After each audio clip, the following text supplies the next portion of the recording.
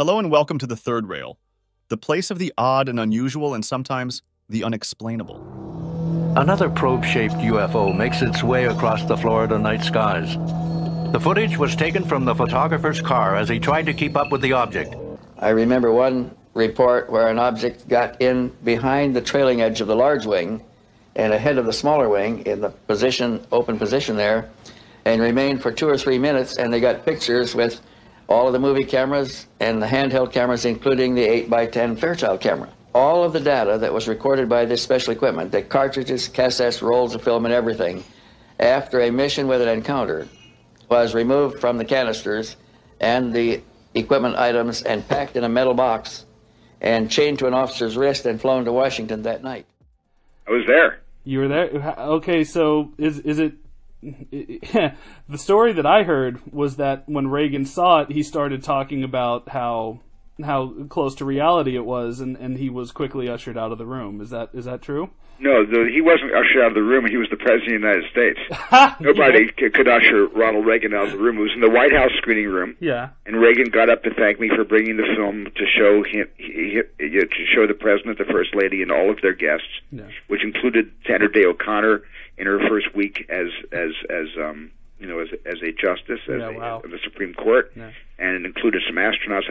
I believe I think Neil Armstrong was there. I'm not 100% certain, but it was an amazing evening, and he just stood up and he looked around the room almost like he was doing a head count, and he said, "I want to thank you for bringing E.T. to the White House. We really enjoyed your movie." And then he looked around the room and he said, "And there are a number of people in this room who know that everything on that screen is absolutely true." And he said it without smiling. Tuned in to Local 22 News at 5 this morning. You may have caught something unexpected on our weather cameras that even has Alex and I completely stumped. Take a look at this clip from our show earlier today. You can see the shape in the top left of your screen move in a way that doesn't appear to be consistent with that of a cloud, bug, airplane, or anything of the sorts. Although it could be some sort of explainable phenomenon, I'd like to think we've seen a UFO over Colchester. Check this out. Look closely here. Reportedly, this captured by commercial airline pilots appear to show so-called unidentified aerial phenomena. That's what NASA calls them, buzzing around the U.S. skies and coastlines. So it seems like it might be getting more frequent? It's either getting more frequent or it's getting noticed more. Okay, there it is. But while no one seems to know what they're seeing, Halsey is sure these fast-orbiting objects aren't satellites or any known military aircraft. There's nothing that flies that high. So the odds of it being a military aircraft doing high G loads like that, it's impossible. It's completely impossible. Does this phenomenon seem to be under intelligent control? That's the only thing it could be. I mean, it's either artificial or biological.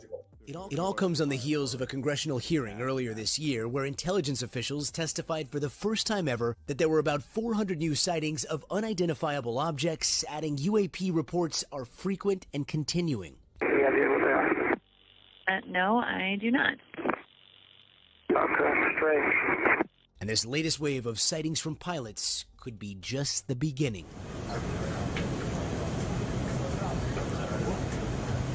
Took off, booking it.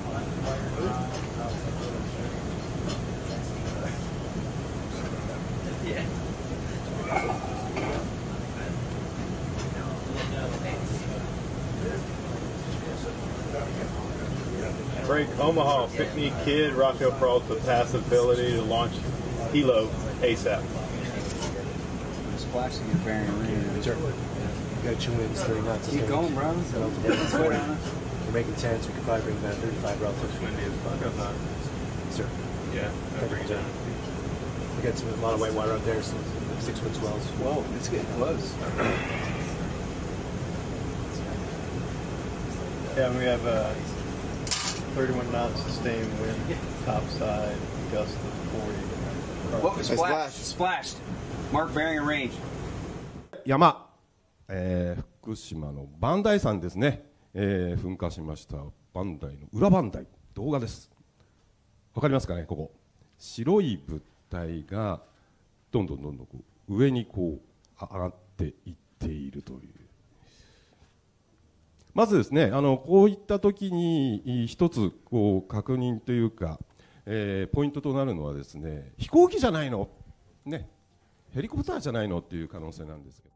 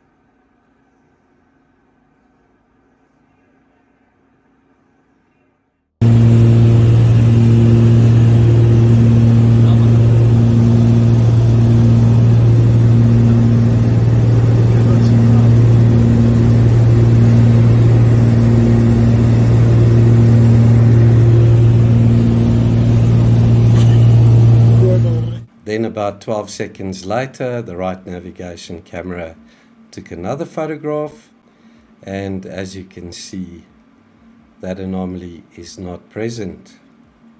Following are two more examples of the strange aerial phenomena that the rover captures from time to time. This one was taken by the rover Curiosity on Sol 688, and we'll zoom in on the object located to the top.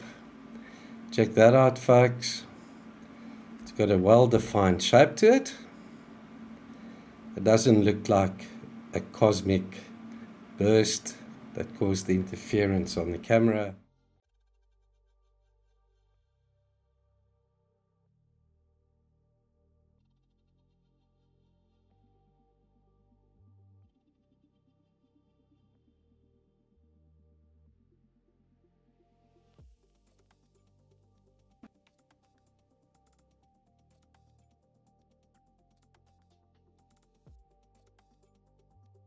Who knows, right? Rover Curiosity acquired this photograph on Sol 2438, and we'll zoom in on the object located to the right. And it looks very similar to the one I just featured before this. Check this out, folks. Again, it's got some structure to it, some geometry and possible design to that object. During the Space Shuttle Columbia mission, astronaut Story Musgrave captured a number of strange events on camera, including slow-moving circular objects. It really seems like the footage that we're looking at, the video footage of STS-80, clearly show what appear to be powered vehicles operating in low Earth orbit, clearly performing the way UFOs or extraterrestrial spacecraft are supposedly able to perform. While NASA scientists dismiss these objects as ice particles, the incredible images have fascinated researchers.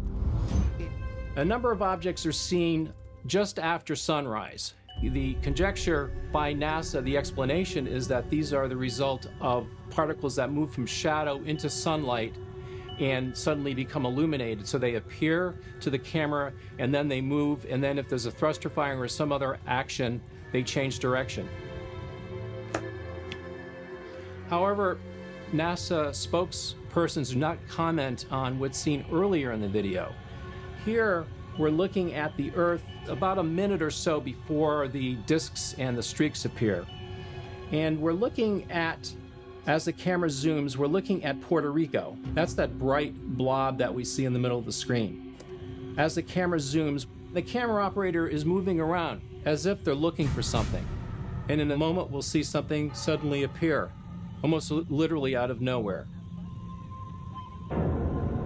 If we look at this event more closely, it leaves a trail or a wake behind it, and it happens very quickly.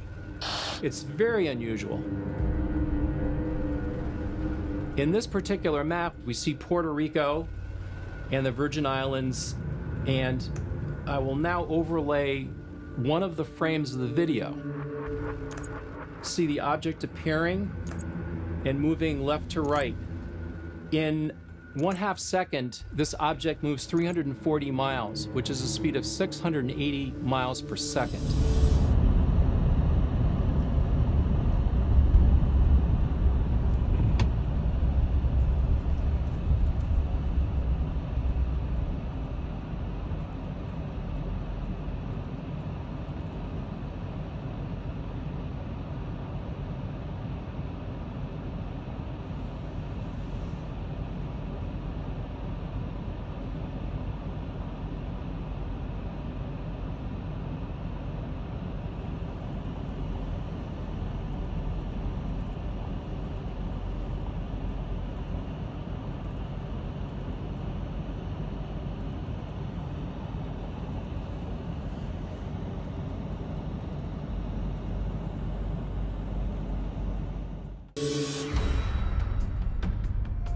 This object moves as fast as a bolt of lightning.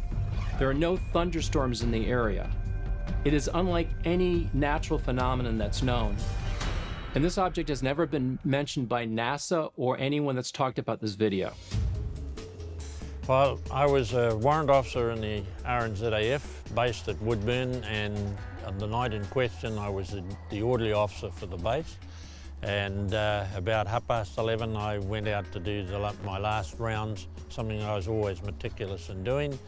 And as I got down to the corner of the tarmac here, I saw what I thought was a Bristol freighter coming in to land direct from the beacon at Cape Campbell. And I stopped to watch it come in, and it never came. So after a few minutes, I decided to go up to the control tower and talk to the duty controller. We went up there and he got the binoculars out and had a look, and he said, "Oh, I think it might be a DC-8 going into Wellington." He said, "You can see its landing light beam." And he gave me the binoculars, and I said to him, "Well, if that's a DC-8, I said, it's just done a split-arse turn in its own length because the landing light's now pointing in the other direction." And he said to me, "Ooh," he said, "perhaps we're getting a visit from the little green men." And we both had a bit of a laugh about that. And he said, I think I'll ring the chaps in Wellington radar and see if they've got anything." We saw targets on the radar which we could correlate with lights in the sky, but what they were, I've no idea. I wish I did. The radar matched the visual sighting in that case perfectly. There was 3 lights, a big one in the middle and a small one on either side, and they were equidistant from the big one.